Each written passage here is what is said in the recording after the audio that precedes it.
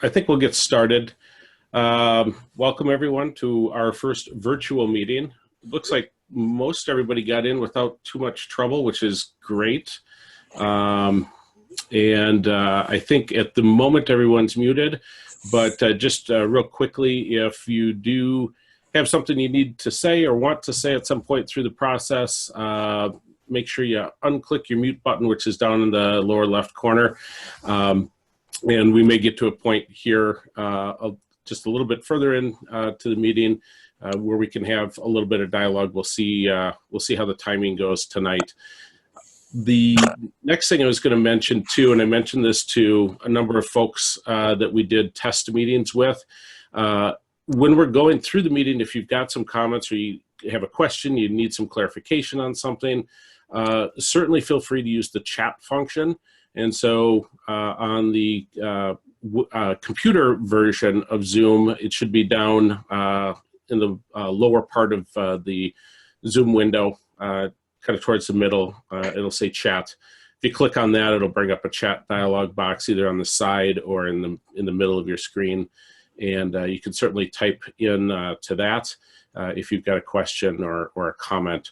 And Brian's going to try to keep his eye on that so that that I can kind of keep my eye on the presentation. That's really the only housekeeping I've got. If we can, just want to try to keep mute buttons on for the majority of the meeting, just so it's not too distracting to folks.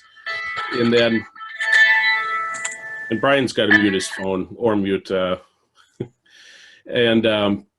So the other thing is it looks like our bandwidth seems to be okay for running the meeting. I don't see any major issues, but if we do run into an issue with bandwidth at some point here, I might just ask folks to, kind of shut down their video, because sometimes that will chew up some extra bandwidth. So anybody got any questions or concerns relative to technology for tonight at the moment?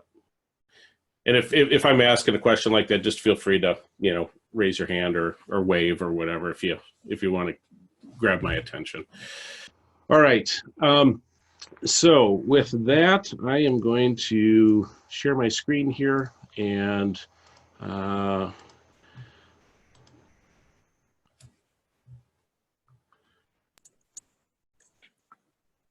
right. Give me. Okay, for some reason I lost my video view. There we go. Okay, everybody can see the screen all right? Okay. They're all on mute, Tom. Yeah, I know that. I was just looking for a head nod from one or two people was all I really needed. So tonight, we're going to try to run things a little bit similar to what we did last time when we got together in person, and hopefully we will again soon. But just from an agenda standpoint, we've got about an hour. We're going to try to keep this a little bit shorter because I know virtual, at least at the moment, for some people is just, it's a little bit more tough to sit and engage much longer than an hour and 15 minutes is what I've found. And so we're going to run through just a little bit about virtual engagement, what this new norm means for us, what we're going to try to accomplish over the next month or so here. We're going to review our process again. It's been a little over a month since we met last time, so I'm just going to quickly just remind you of the process that we talked about that we're going to be using from last time. And then we're going to go through some district background stuff, some geography, buildings, a little bit about students and demographics of the district.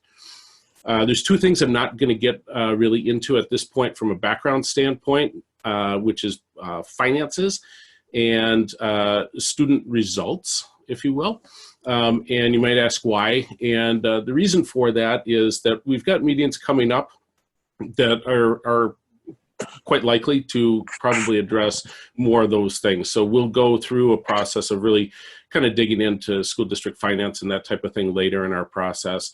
And the next three meetings after this, we will be engaging with the principals at the three schools there in West Delaware, and I suspect that they'll be talking a little bit about what's going on in schools and kind of what they see from their students and the programming. And so we'll let them talk a little bit more about what's going on in their schools, and as opposed to me trying to represent that. All right, so that's kind of our agenda for tonight, and we'll see what how that works out time-wise for us. So our new normal, you guys hopefully all got an agenda for April from me. And for the most part, what we're going to be doing is sending something along on Monday. We had been we sent 2 videos last week. We skipped this week. Last week, Thursday's video was long. It was about 90 minutes. That was the Bill Daggett one. We'd kind of overlooked the fact that there was a holiday weekend for some reason when we had put that schedule together originally. And so, so we skipped this Monday as far as a video, allowing you to kind of catch up, especially on that Bill Daggett video. We've got another video link that's going to come next week, and then we'll probably either put out video or something in written form on each of those Mondays, just to kind of a little extra information that'll help us through our engagement process that we'll talk a little bit more about. The Bill Daggett and the Ken Robinson stuff, if you haven't watched those, I think they're pretty good. I've gotten good response from other folks that have watched them already. So we are going to talk about some of that stuff over the next couple of weeks. And so if you do haven't seen it, go ahead and take a look at that. After the meeting tonight, tomorrow, we'll send out a survey with a couple of simple questions just to get some additional feedback from you guys. Since we're not able to sit in a group, it's a little bit more difficult to provide that input as a group. We're going to try to do some of it, but that survey will allow us to do just a little bit more, and that should help us. So we'll send that out typically the day after the meeting, so tomorrow, and then we'll get survey results back to you on Tuesdays, typically. And then Wednesday is our meeting, and then Thursday is the follow-up survey. And we'll just kind of run that cycle as long as we need to do that. We don't know how long that's going to be necessarily, I guess. We scheduled through the end of April. I suspect we'll probably end up having to go into May, perhaps. So we've got some thoughts on agenda going forward to May, but we'll wait till we get a little bit closer and maybe hopefully know a little bit more about our situation. So does that make sense to folks? The other thing I just wanted to draw your attention to, I mistakenly sent everybody a meeting invite last week for what we call a core team meeting. And so we've got a small group, folks from the district that help us plan our meetings and kind of get the resources put together. So for instance, the next 3 weeks, we're going to be hearing from the principals. They're helping us coordinate that type of thing. So we meet on Thursday mornings after this. And I was sending them an invite for that. I accidentally hit the task force instead of the core team. So task force members out there, there is no meeting tomorrow at 8 a.m. So just disregard that. If it popped into your calendar automatically, just take it out. So hopefully that's clear, and I apologize for the mix up there. All right. So Brian's not interrupting me that there's questions, and so I'm going to keep pushing on. I'm not going to read all this stuff and take a lot of time like we did last time on it, but why are we here? Because the school board wants to engage the community, and they want to get input from you on what the future looks like as far as facilities in particular are concerned in the school district. And there's obviously a number of things that have been looked at and the school board's looked at as far as improvements that may be desired in the school district. And they really want you guys as a group to help provide some of the input on what might be most appropriate and what the community believes is the best direction forward. And so there's a number of things that we're going to try to look at as we go through this. We'll be doing a little bit of this tonight, but again, I'm not going to read through this, but demographic information and background information is what we're looking at tonight. We're also going to be looking at some of those curricular and programming things over the next couple of weeks. And then we're kind of pushing the building tours and the building assessment stuff, kind of pushing that back a little bit, hoping that we can do that in person because that works a lot better in person. So we will come back around those things and other health and safety factors and that type of thing. Any questions so far on that of kind of why or what we're doing here? All right. So meeting norms, we want to try to stick with our same meeting norms. We're going to try to begin and end meetings on time, which is from 7 to 8 these days.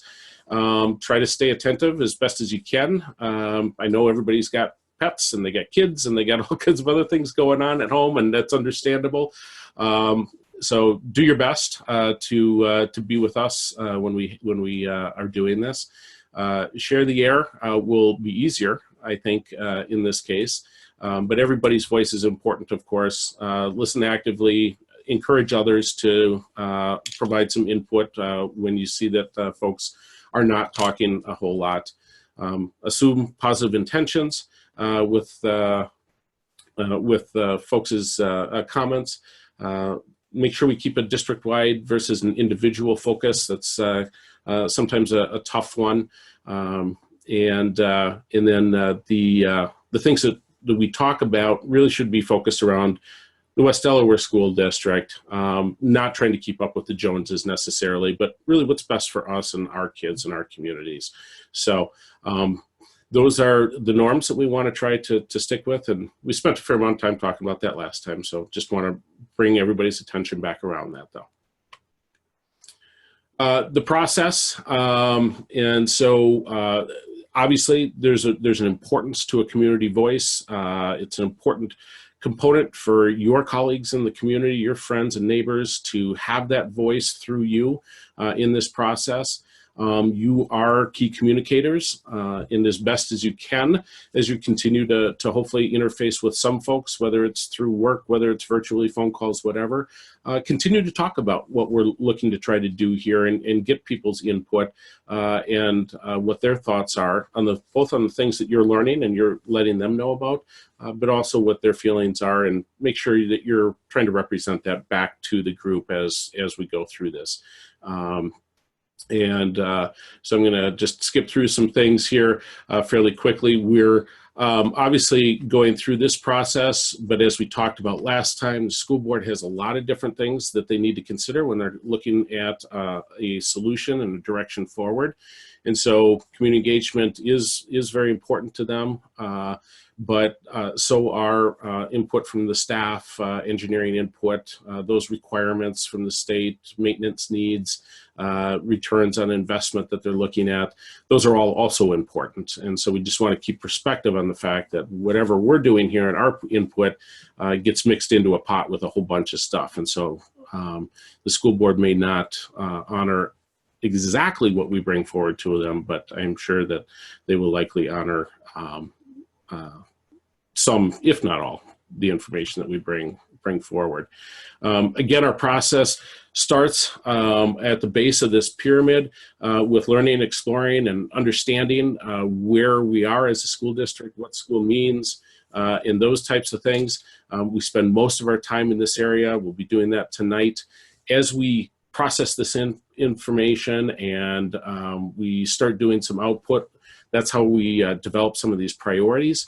Those priorities will work their way into some options towards the conclusion of our part of the process. And then ultimately a solution or referendum comes out of this at the very end. The finalization of those options and the solution are school board work, but nonetheless, that work that we're doing to build that pyramid is extremely important in that process. Again, we're not talking about potential options going forward at this point yet, and haven't really talked a lot about priorities at this point, but if there are some things that are forward-looking, we don't want to spend a lot of time on it yet. We want everybody to have that same base of knowledge, but certainly bring those thoughts forward, send an email, give Brian or I a call.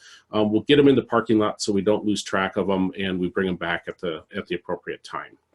All right, so we don't want to shut anybody down. We just want to talk through those things at the best time possible.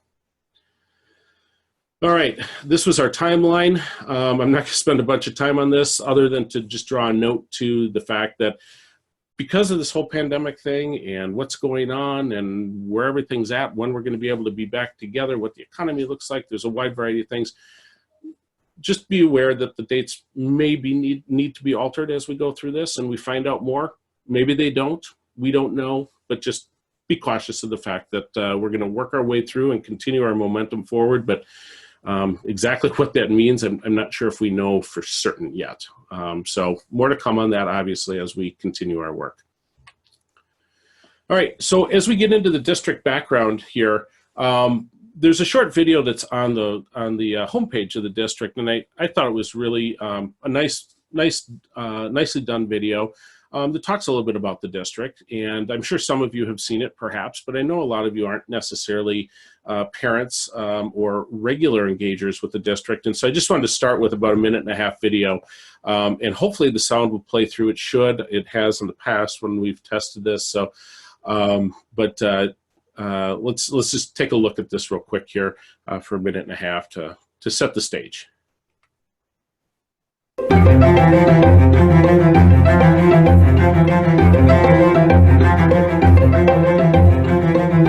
Every day we are inspired by you, our dedicated and talented staff, the strong families of this hard-working community. And of course, we are inspired by our own students.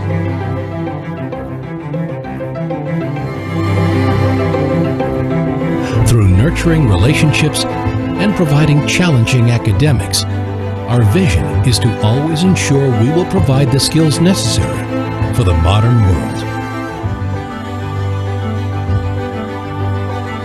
And as we walk the halls and experience these moments firsthand, we are reminded daily why West Delaware Schools is a phenomenal place to learn and grow.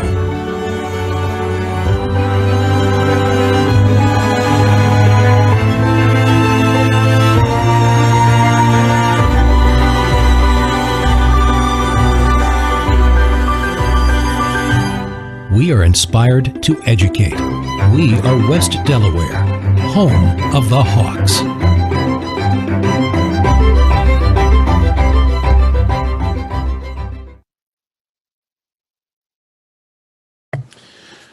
So I just thought that was a really nice way to kind of set the stage as far as talking a little bit about the background of the school district. I can assure you my presentation is going to be nowhere near as fun and interesting as the video was necessarily. But I'm going to speak on behalf of Brian here as well. We've spent a fair amount of time working with school districts across the Midwest.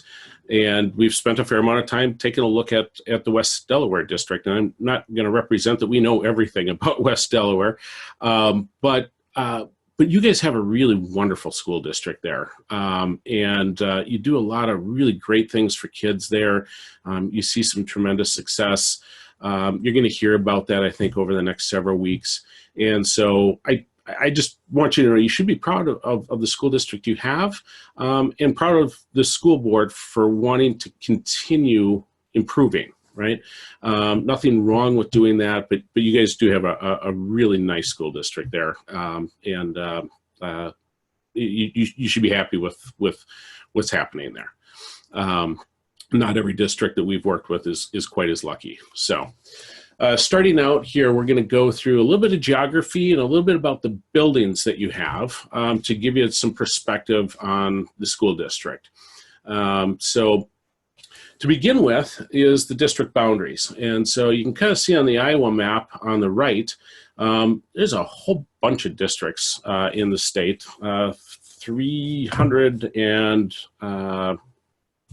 I think it's 328 now. I've got a slide in a minute that says, but quite a few districts. And you can see on the left there, kind of a zoom in on the West Delaware Community School District. And so just to give you perspective, it's, you know, about 222 acres, square miles, I'm sorry.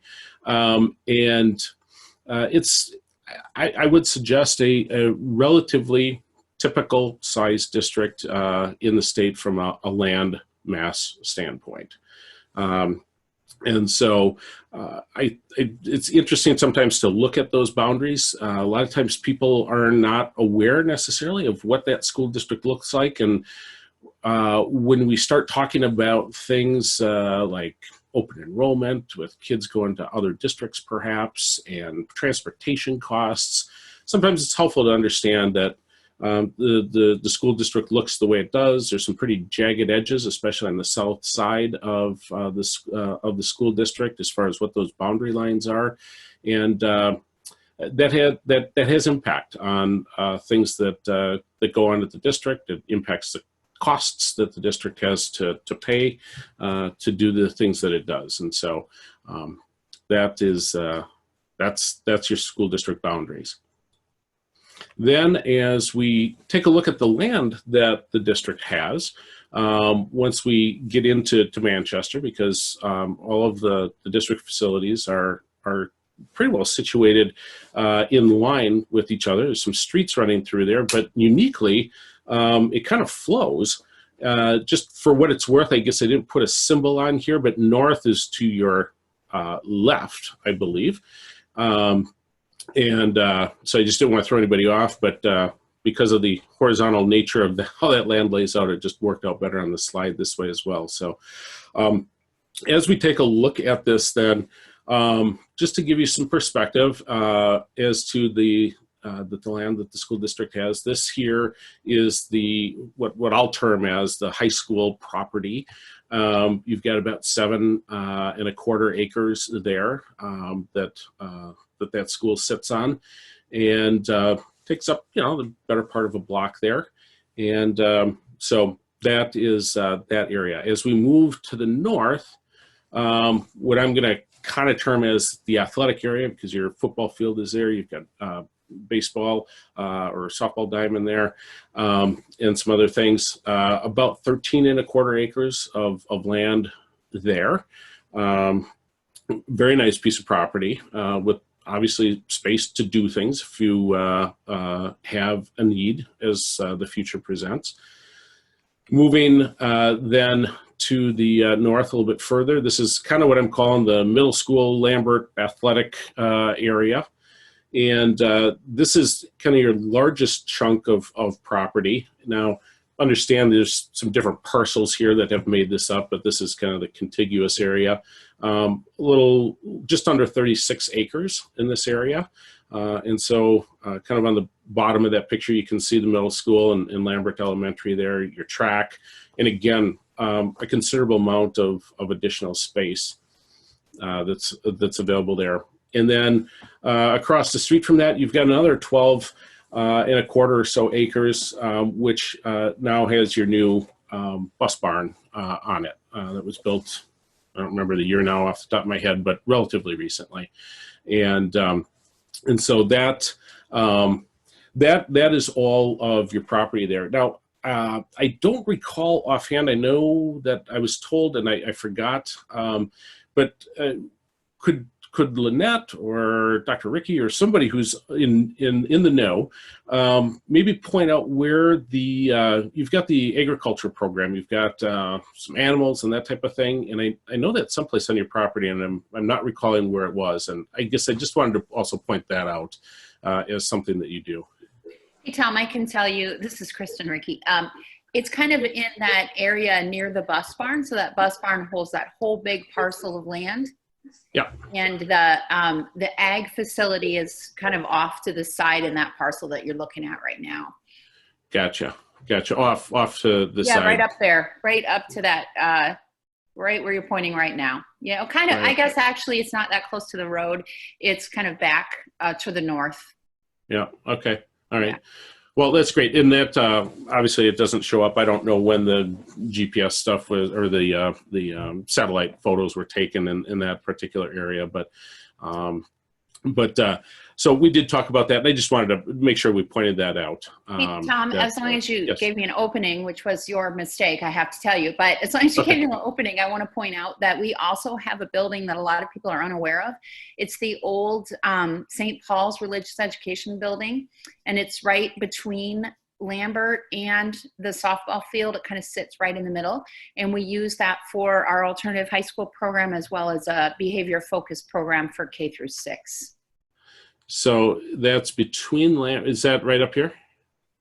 Yeah, I think. Or are you talking over here? So, yeah, You're right right there. on. Mhm. You're right on Yep, top right of it. there. Yeah. Okay. So that's relatively new. It's just a few years old that we purchased that building for those programs. A lot of people aren't aware of that. And other people thought it was always ours because it's right in the middle of our campus. But we actually just purchased it a few years ago. Gotcha. Thank you for that. And I know we talked about going through that facility, I believe, when we tour as well.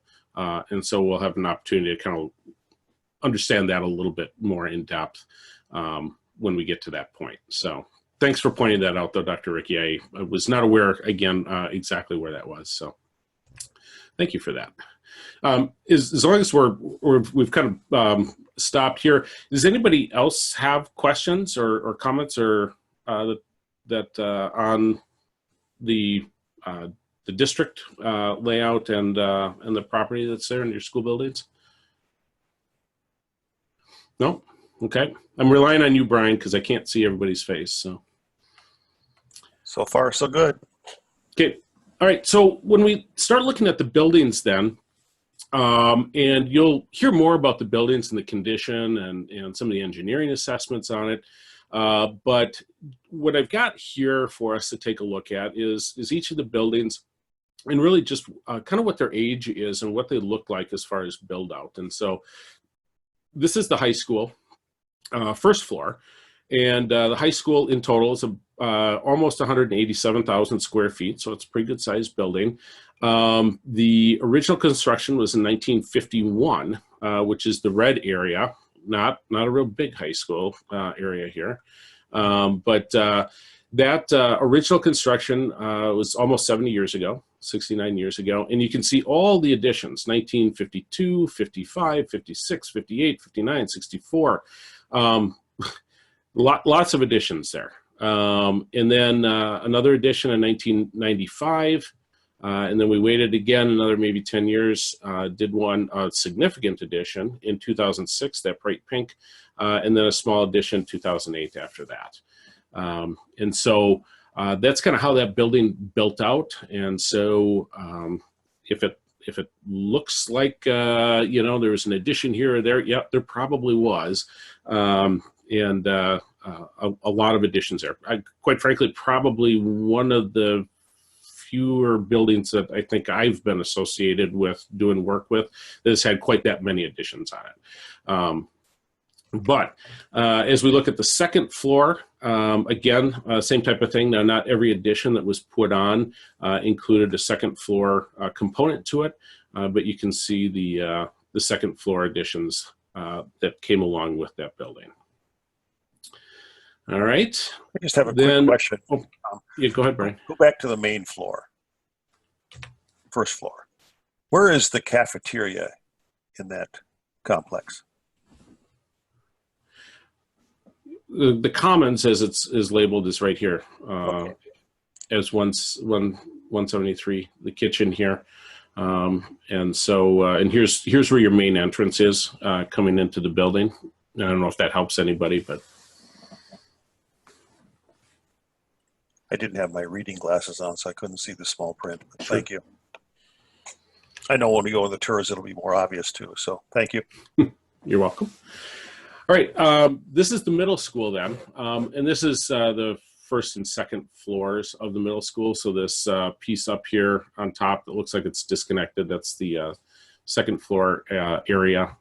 The middle school was built in 1969, so about just over 50 years ago.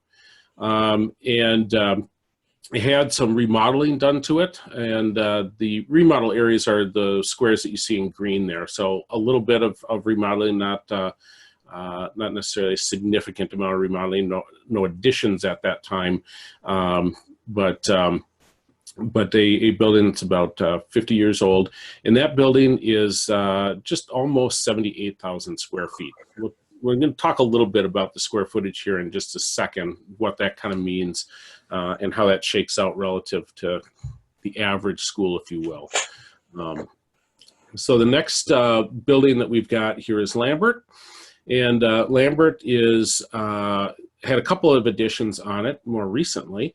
Again, well, somewhat recently.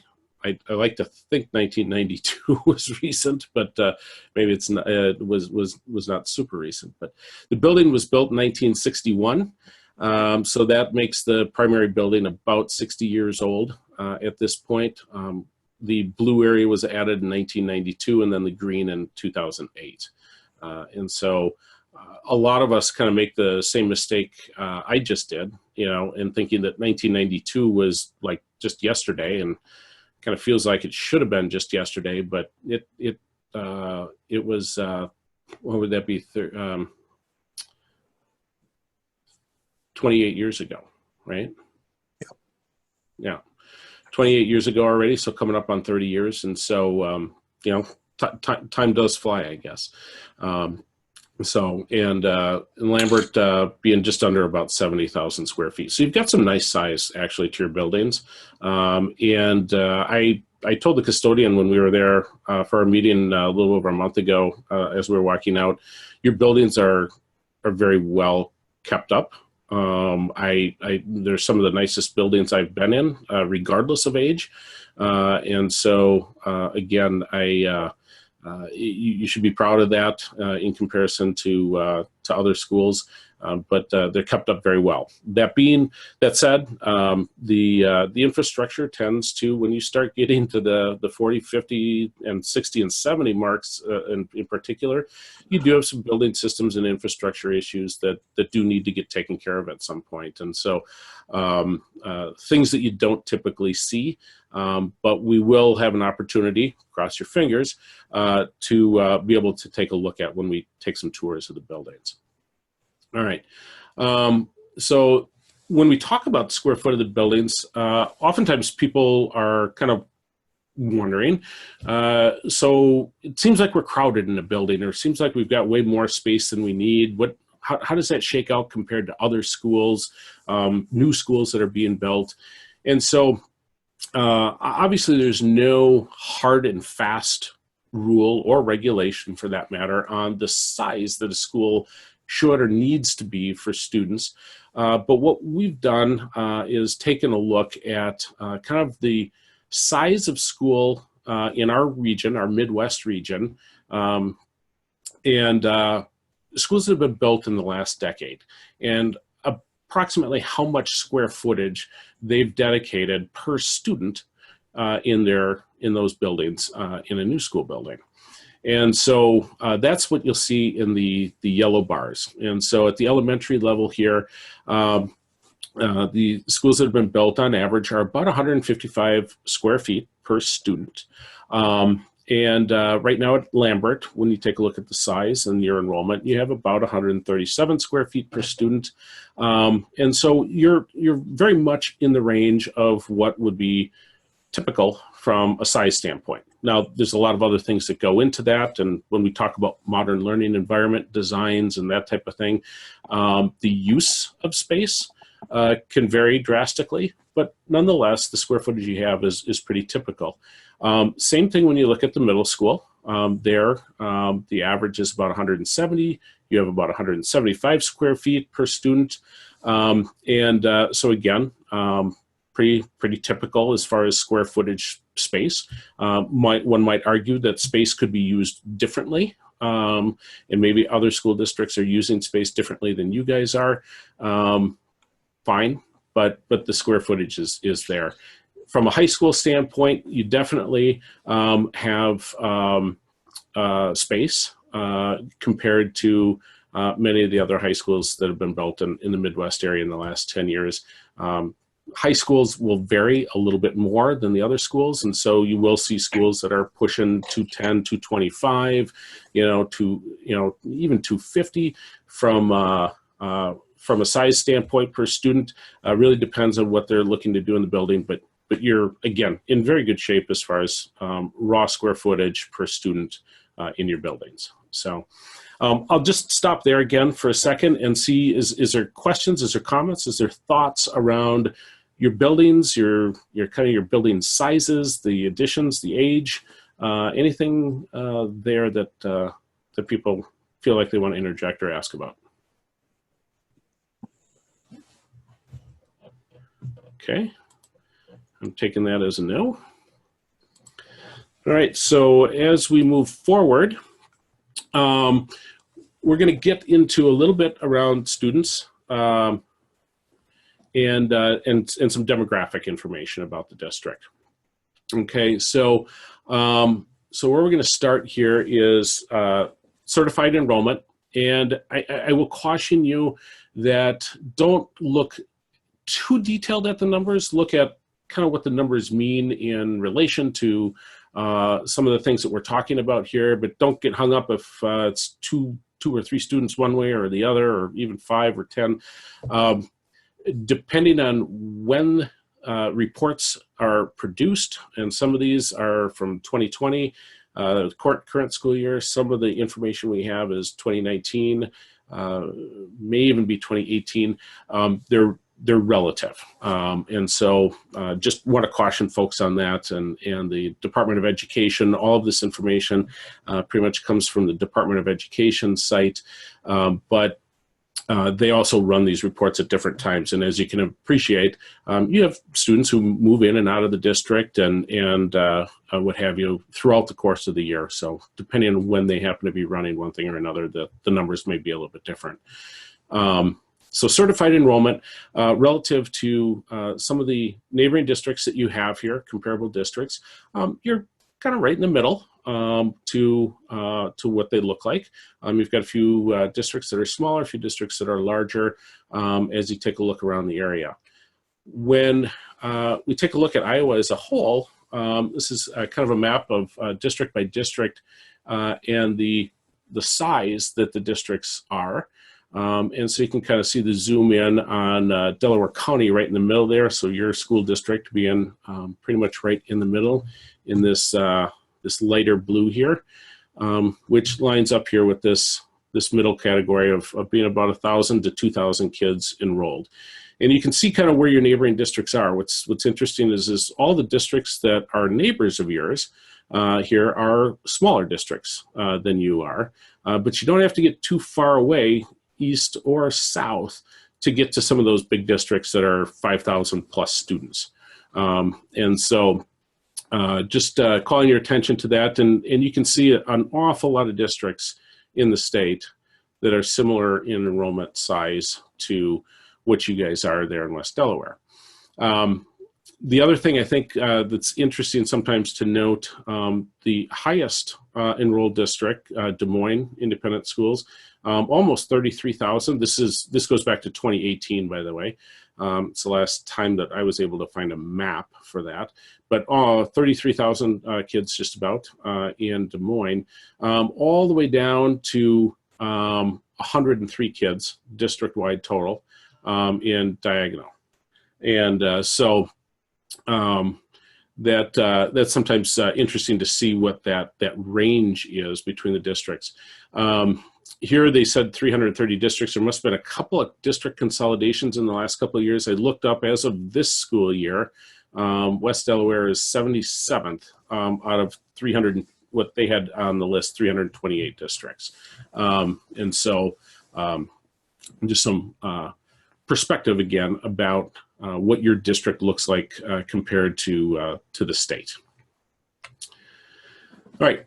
When we talk about enrollment, one of the things that we look at a lot of times is what's going on in your local area from a population standpoint, because obviously your population trends tend to typically mirror your enrollment trends to a large extent. And so this is a graph here that takes a look at West Delaware County, or Delaware County, I'm sorry, Delaware County from 1970 to today, and what that population has looked like, and what the trends have looked like. And so I don't know if that comes as a surprise to anybody, or people would nod and say, "Yep, that looks pretty much like I recall it." But that is the population trend based on U.S. Census Bureau for the county.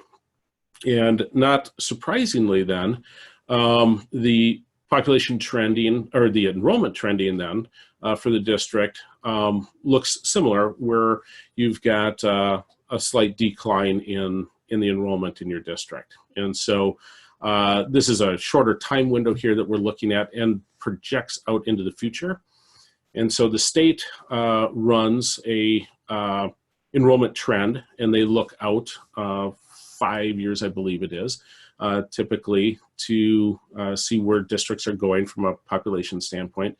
And so you can see that you've dropped off, or is anticipated over the 10 years or so that are there to lose about 200 kids. And this is where we're at today. And we're pretty close, actually, I think, as far as what the enrollment is and what they had projected here. I think this was actually run back in 2018-19, this trend. And so we'll have to see, if you drop off here or not. But for the most part, what they're projecting is about a drop off of 10 to 20 or so students a year. So when we take a look at the square footage that your schools are, then, for instance, and how many square feet we have per student, that also helps us feel a little bit better about where you're at, in particular at the elementary school, where you were a little bit less than what the new schools were being built, because as your enrollment kind of tapers off a bit here, obviously the amount of square feet per student kind of climbs back up then. And so so that's how your enrollment is trending at this point. All right, and so just taking a look at some additional county information then, in comparison to the state of Iowa, to give you a little bit of perspective of what where your county is at. And again, this is U.S. Census Bureau information. And so a couple of things that stand out here are the first one here, this median age. So you have a median age of 43, 44 years old in your county, relative to an overall median age in the state of 38. So you tend to have an older population in the county. And that may give us some insight as to why some of the enrollment is dropping, because as the average age goes up, the number of new children coming into the school does have a tendency sometimes to go down a bit. You are very white in your community relative to the state. The education in level in the county is a little bit lower than what the state is when we start adding this up. Relatively small households, right? So being that you're a rural community, one might guess that we would have a higher family size or household size, but these are pretty typical sized households relative to the state, almost identical to the average. A little bit here from your ancestry standpoint, the poverty rate here is under in all cases what the state average is. So I think that's a good sign. You're not a lot under, but your poverty rate is under what the state average is. And your household income is slightly higher, but probably in the range of what the average in the state of Iowa is, and certainly the family income where that's applicable is very close to that of the average in the state of Iowa. So that gives us a little bit of insight sometimes on what we take a look at then for our students, and some of the things that we need to deal with from a student standpoint in our schools.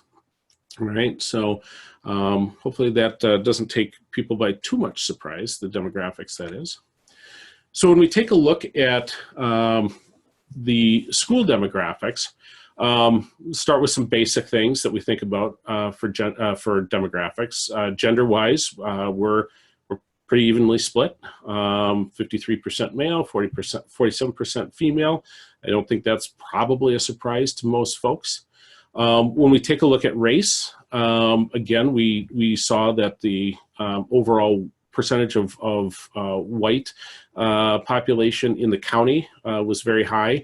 Not surprisingly, it also is then with our students as well. So 93% of our students are white. We do have a few Hispanic kids, Native American, Black, and a few multiracial students there, but pretty low percentages as would be expected. Then we take a look at some other things, and some people will ask, why do we take a look at these things? And we look at these things because they add complexity to our schools.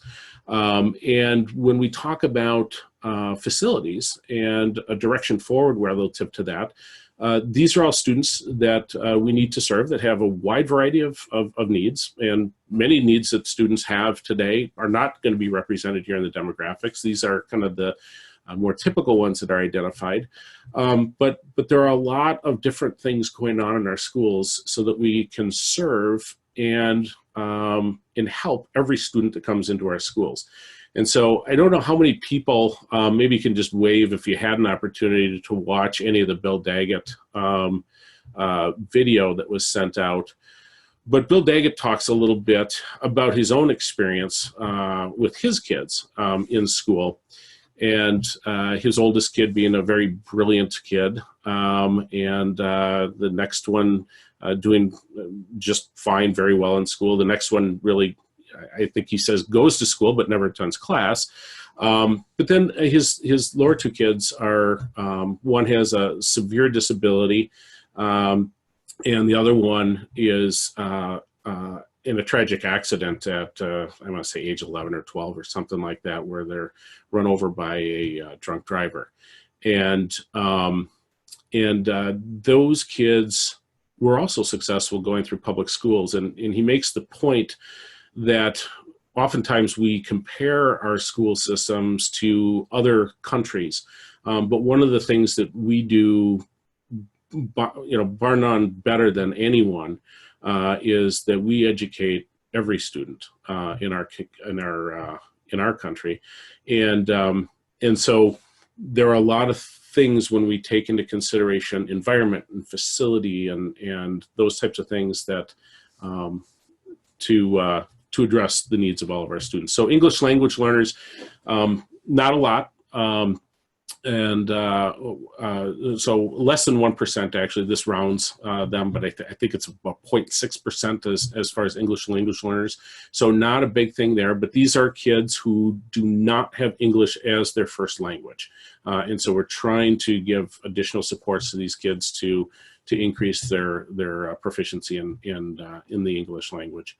From a poverty standpoint, we took a look at that. From a countywide standpoint, I think probably not surprisingly, about 36% of your kids in the district are on free and reduced lunch, which is our measure of poverty in school districts across the country. And what I would suggest from school districts that we've been involved with, that is a relatively average amount of poverty in the district.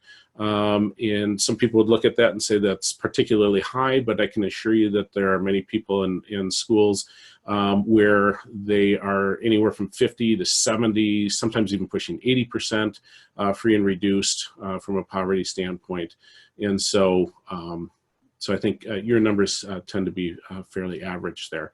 But nonetheless, again, some things there that we need to be able to provide supports for. When we take a look at from a academic standpoint. And principals are going to talk a little bit next week about what you're doing in your schools from a programming standpoint.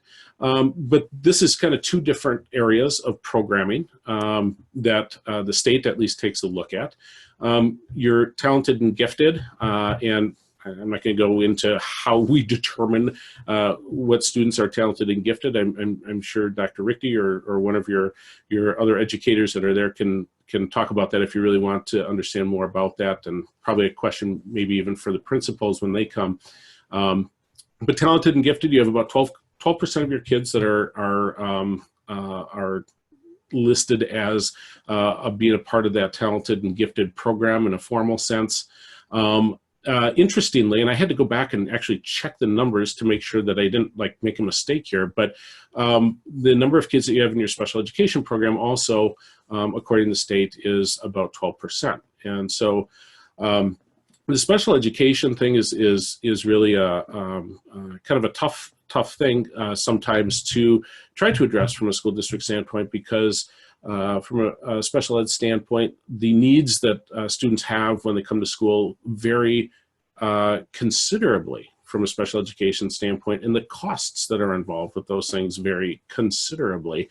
And so, again, the flexibility that you need to have in your schools to address the wide variety of special education needs is certainly something that enters into taking a look at a building, for instance, that was built in the 50s or the 60s, because we did, if you will, if I can say that, we did special education very differently in the 50s and 60s when your buildings were designed, for instance, than the way that we do special education today. And so those are some things that we'll look at when we start looking at building assessment and we walk through the schools. So hopefully that makes some sense for folks, but interesting balance there between the talented and gifted and the special education programs. And then taking a look at graduation, post-graduation. So how are kids doing? And you guys have a district, and again, I said I wasn't going to put in a bunch of test results and AP classes and ACT test scores and all that kind of stuff. I'd rather have the principals talk about the programs and that type of thing. But you guys do very well in West Delaware in many of the measures that the state has there. And so not surprisingly, 43% of your kids, almost half of your kids, go on to a 4-year college or university. Another quarter, a little more than a quarter, go on to a community college program. You have about 3% that go into another type of training program, apprentice program type of thing, perhaps. About 18% go directly into a career and employment situation. And so when we talk, hopefully you've heard it perhaps, we talk about college and career ready, college and a career, not college or career necessarily, but college and career ready. It's something there that many of our kids go right into their career. 3% of your kids went into the military. I believe this is the 2018-19 graduating class, if I recall correctly. And then there's about 5% of those kids that we lost track of. And so, but again, an interesting look at where our kids go after graduating from high school. And I suspect that most of your kids are probably quite successful and hopefully happy in the direction that they've taken in their life.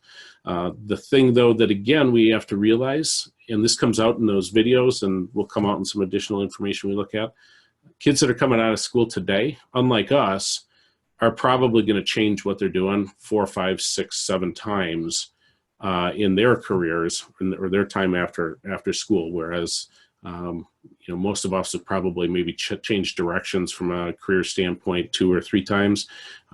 They're likely to do it 5 to 7 times in their time, in their work time. So, all right, so that kind of wraps up the demographics and our presentation for tonight. Our next meeting is, again, next week, same time, same place. And we're going to get into talking to the principals about specifically what you're doing there at the West Delaware School District.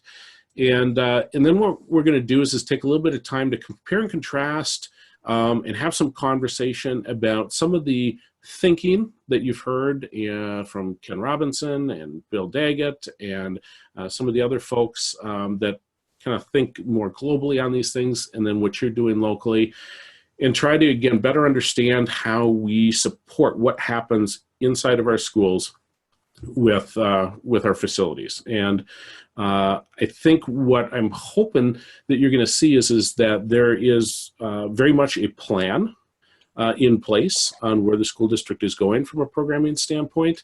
And there's intentionality behind where you want to go. And we need to have intentionality then as we look at facilities about how those support what that plan is from a programming standpoint as best as possible. And then we'll actually get into the buildings and see what you have. So with that, we've only got a couple minutes left, so I guess the timing worked out fairly close there. But I'm happy to hear thoughts, questions, concerns, even just with the process or the technology. Hopefully this worked all right for you guys tonight.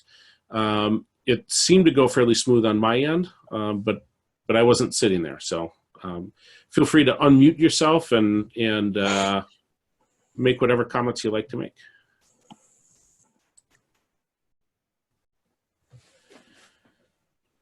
Nobody has any comments. Did you learn anything tonight that you didn't know previously? Yes? No? Dan, Okay. go ahead. We didn't hear what you said, Dan. I just said I think this format worked pretty well, and it was good to see some of the demographic information. I think it confirmed a lot of at least what I thought, but it's always good to see that stuff. Just put the data out there, and then you can let the data kind of take you where it's going to. But this was good. I liked it. Right. So good, and we'll come back to, or this will be good foundation as we also as we talk about financial things, as we talk about some of the operations that are going on in the district, and even when we get to that point where we're talking about potential solutions going forward, understanding this as kind of that base there will enter into some of those discussions, at least based on my experience with other districts. That's something that you're likely to see resurface again. One thing I've always found when we're looking at research, I find interesting facts. And in 2018, the largest export from Iowa, I'm sure most of you could tell me what that was. What was the largest export in Iowa in 2018? I didn't hear it. Probably corn or hog. Corn was the number one, but you know what number two was? Tractors. That I couldn't quite figure that out, but tractors was the second largest exporting from Iowa. Tractors. I like those kinds of things. I don't know why.